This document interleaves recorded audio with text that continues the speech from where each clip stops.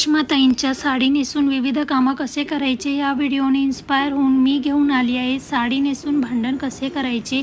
तर भांडणासाठीची साडी जी आहे ती हलकी फुलकी असावी। त्यानंतर आपला पदर जो आहे तो नीट पिनअप करून घ्यायचा आहे।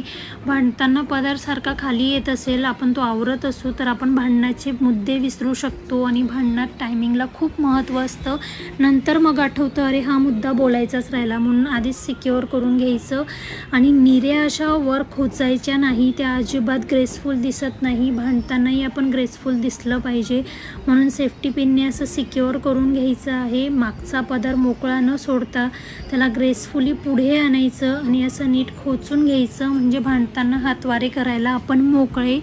भरजरी ज्वेलरीचं भांडताना काहीही काम नाही। ज्वेलरी आपली मिनिमम ठेवायची आहे, म्हणजे आपण ओरबाडले जात नाही।